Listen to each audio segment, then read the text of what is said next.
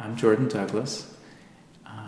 We're here in the art building at St. Michael's College in the historic Fort Ethan Allen. And this is where I teach my darkroom class, which I've been doing for about 20 years. I got into photography actually after I had been drawing for many years and doing painting as well, but I really took to photography. And through photography, mainly various analog techniques, especially alternative techniques, has been what's fascinated me and compelled me to continue to explore the medium. As for this project, this project came out of other projects but took a whole new form. Other projects where I've used objects to essentially pay homage to first my brother who died a few years ago of a heart attack, and photographing his things as a reflection of who he was and also who I was. We were very close, and a lot of the objects were things from our childhood. And then a couple of years ago, my father was taken from his house of 55 years and moved to a nursing home with dementia. And he was a very eccentric artist and a very big personality, and had a very unusual house filled with very unusual things, things that I grew up with and things that speak of him. So in the process of many trips down to Westchester, New York to empty the house eventually so that we could sell it, I photographed things, starting with really just documenting the house itself, shooting whole rolls as we went to kind of capture some of the essence of how he lived and his aesthetics as we took things apart. At some point, maybe after a few visits, I started to photograph the things, some of his art supplies, some of the quirky aspects of his collection of skulls and shoes that he never threw away, and so many things in his kitchen that had just accumulated for decades.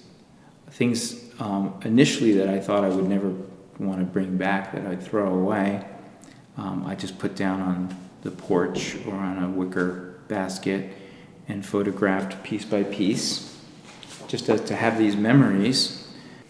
This was a kitchen clock that he had, and I think sometime in the late 70s, it stopped working, and he just left it set to 10 minutes to 11, and that's the time it's been for several decades. Once I was back in Vermont with several boxes filled with some of the objects that I thought I wanted to spend a little more time studying, I just sort of methodically photographed them, usually on top of a light box. And as I photographed these things with the intention of capturing them and then getting rid of them, I started to recognize the relationships that the objects were having with each other and creating little grids from those contact sheets. Mostly I was just drawn to the aesthetics of how metal captured light and how these sometimes very simple forms, elemental objects, basic mundane things, became such interesting shapes, especially isolated on this white space. I started getting more into grouping things, and part of my interest in all this was to reveal the just huge quantity of things, the multiplicity. He had all these little spiral notebooks, many of which I saved, and you can open almost any page and there's just these little reflections of his day and his thoughts, and sometimes it was a grocery list, sometimes it was reminders, sometimes it was an important phone number. But in this particular page that I flipped open to from December 12th, he acknowledges that he enjoys being home alone with all of his things, he says, or with all of my stuff. And then he mentions, so many of my things, so pleasing to look at. He wasn't easy to be around.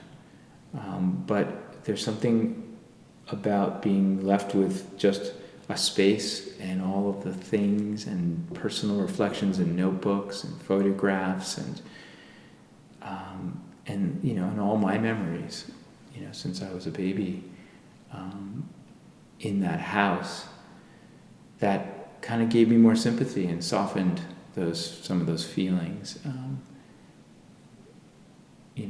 So I think it has been a really important process for me in understanding who he is and feeling better about who he is. I think, and especially focusing on him as an artist, but also the process for me of letting go of that house is the one thing in my life that's always been there until a year ago when we sold the house. So I think this whole project was a way for me to work through the letting go. And I guess I haven't totally let go because here are these things still.